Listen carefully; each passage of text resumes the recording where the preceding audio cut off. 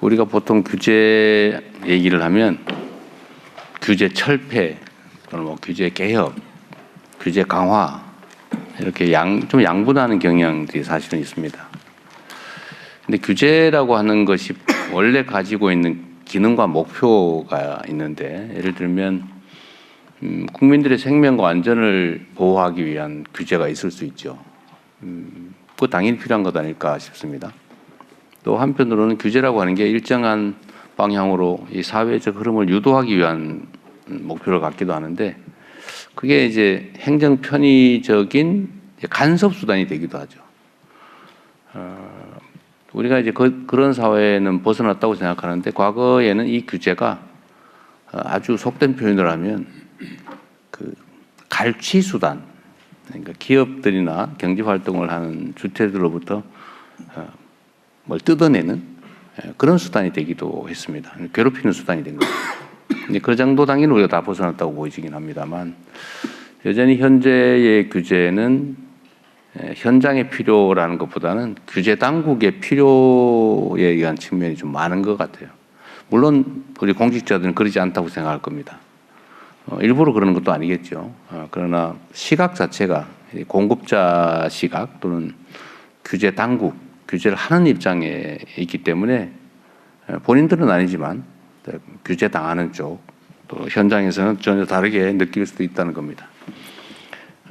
그래서 저는 규제를 강화 또는 완화 이렇게 천편일률적으로 얘기하지 말고, 필요한 규제는 강화하고 또 만들고, 불필요하거나 효용성이 떨어지거나 아니면 플러스 요소보다는 마이너스 요소가 큰 거는 완화하거나 또는 철폐하자. 그래서 이게 전체적으로 합쳐서 합리적 사회를 향해서 규제도 합리화하자라고 제가 얘기했던 겁니다. 그래서 우리도 규제 개혁위원회 또는 뭐 규제 철폐위원회 이런 것보다는 규제 합리화위원회라고 이름도 지었고, 앞으로 규제에 관한 우리의 정책 방향도 합리적으로 가면 좋겠다는 생각이 듭니다. 우리 부위원장님들이 세 분이신데 좀 많죠? 다른 위원회보다. 근데 아까 제가 임명장 드리면서 참하시면서 드린 말씀도 있는데, 세 분이 완전히 달라요. 우리 이병태 위원장님 어디 계신가? 네. 또 박용진 위원장님, 또 한 분은 또 산업 기업 영역에서 또 오셨잖아요. 완전히 좀 다릅니다. 세 분의 이런 시각들을 토론을 통해서 좀 정립을 하자라는 생각이에요. 그러니까 제가 그런 표현도 장난스럽게 했습니다만, 열심히 싸우고 대신 멱살을 잡고 헤어지지 말고 균형을 이루자. 규제도 좀 그랬으면 좋겠습니다. 그리고 우리 대한민국 사회에 중요한 과제가 있죠. 이 성장 잠재력을 회복해야 됩니다. 지금 성장 잠재력이 계속 떨어지고 있죠. 정권 하나 한 번 바뀔 때마다 1%씩, 1%포인트씩 떨어진다고 해요. 실제로 매우 심각하죠. 앞으로 더 나빠질 가능성이 높죠. 그래서 제가 선거 때도 그 말씀드렸는데, 성장 잠재력이 계속 떨어지고 있는데 이렇게 턴해서 우상향하게 만들어 보자. 저도 그렇게 할 수 있는 방법이 뭘까? 뭐 재정을 대대적으로 투입한다든지, 비효율적 부분들을 좀 정리한다든지, 뭐 여러 가지 방법들이 있지만, 결국 대한민국 경제는 통상국가라고 하는 거대한 흐름 속에서 국제적 경쟁력을 갖는 게 중요하다. 그리고 그 국제적 경쟁력은 결국은 산업 단위로 또는 기업 단위로 또는 개인 단위로 결국 갈 수밖에 없는데, 개인의 역량, 기업의 역량, 산업의 역량을 강화하는 데 있겠다는 생각이 듭니다.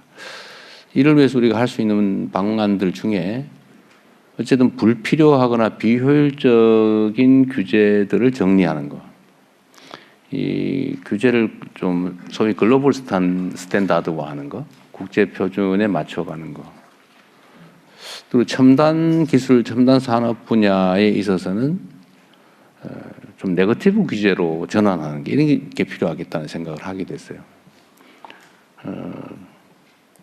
네거티브 규제 그러면 여기 있는 계신 분들은 뭐 다 알겠지만 우리가 보통은 정부에서 정해주죠. 이것만 해라. 포지티브하게 할 수 있는 것만 쫙 나열하고 그 외에는 절대 금지. 지금까지 그래 왔습니다. 그게 나름의 이유가 있죠. 산업 발전 단계가 좀 낮을 때는 그 사회에 제일 똑똑한 집단이 사실은 관료들입니다. 관료들이 제일 똑똑하죠. 관료들이 정해주면 돼요. 이렇게. 근데 산업이 발달하고 기술이 발달하고 또 사회 발전 수준이 높아지면 공공 영역이 민간 영역을 못 따라가는 상황이 발생합니다. 지금 대한민국 그렇게 됐죠. 그래서 공무원들이 이것만 하세요라고 정해놓으면 현장에서는 이거 해야 되는데 그럼 규정을 바꿔야 되고 허가를 받아야 되고 이 과정에서 경쟁력을 잃게 되죠. 그래서 좀 바꾸자. 이 첨단 분야에 있어서는 판단해서 하면 안 되는 것들을 다 금지시키는 거죠. 이건 안 돼, 이건 안 돼, 이건 안 돼, 이건 안 돼. 외에는 다 돼. 필요하면 규제를 추가하죠. 이런 시스템으로 좀 바꿔야 되지 않겠냐라고 하는 게 소위 네거티브 규제 시스템인데 저도 사실 말은 이렇게 해놓고 엄청 불안해요. 사고 나면 어떡하지? 그러나 믿어야 되겠죠. 대신에 이제 동작이 좀 빨라야 됩니다. 문제가 생기면 즉각 이제 금지를 하든지 아니면 통제를 해야 되겠죠. 어쨌든 그런 방향으로의 규제를 그럼 구체적으로 어떻게 할 거냐를 이제 여러분들이 많이 논의해 주시길 바랍니다. 대한민국 경제가 다시 살아나는 성장 잠재력을 회복하는 길 중에 매우 중요한 방식 중에 하나가 이제 규제 합리화이고, 근데 이게 전국의 단위로 좀 일률적으로 할 수 있냐? 또 그건 또 아닌 측면이 있어요. 그래서 지금 현재 우리가 하는 것 중에 규제 특구 뭐 이런 개념이 있지 않습니까? 특정 지역, 특정 영역에서는 규제를 완화하거나 아예 뭐 없애거나 이런 것들을 시도하고 있는데 이거를 좀 대규모로 대규모 지역 단위로 한번 해보는 것도 좋겠다 생각이 좀 들어요. 뭐 준비도 하신 것 같습니다. 지금 대한민국의 가장 큰 문제가 수도권 집중이죠. 수도권 집중 때문에 자원 배분의 효율성이 떨어져 가지고 대한민국 전체 경쟁력을 갉아먹고 있어요. 땅값도 너무 비싸고. 그래서 이게 사실은 지역 균형 발전이라고 하는 게 또 지방 소멸 방지라고 하는 게 그냥 시혜나 배려가 아니고 이제는 국가가 생존하기 위한 장기적인 지속 성장을 위해서 피할 수 없는 생존 전략이 됐다. 필수 조건이 됐다는 생각이 듭니다. 그래서 대규모 지역 단위의 대규모 규제 특구도 한번 만들어 봐야 되겠다는 생각이 들고, 과연 그 안에서는 그럼 어떤 걸 할 수 있냐 이런 것도 많이 고민해 주시기 바랍니다. 어쨌든 각 분야의 전문가 여러분들이 모이셨고 또 정부의 주요 공직자들도 함께하고 있기 때문에 최대한 좀 많이 토의하시고 과감하게 그러나 신중하게, 매우 어렵죠. 어쨌든 대한민국의 새로운 살 길을 찾는다 이렇게 생각하시고 좋은 제안들 많이 해주시기 바랍니다. 그리고 각 다른 위원회들과는 다르게 이 규제개혁위원회는 실질적 권한이 주어져 있어요. 실질 권한이라고 하는 게 뭐 직접 집행 권한이 있는 건 아니지만 또 그래서도 안 되고, 그러나 뭐 각종 의결 권한을 통해서 실제 권한을 가지고 있습니다. 그 권한의 크기만큼 책임이 주어지는 거니까 책임감 가지고 최선을 다해 주시길 부탁드립니다. 고맙습니다.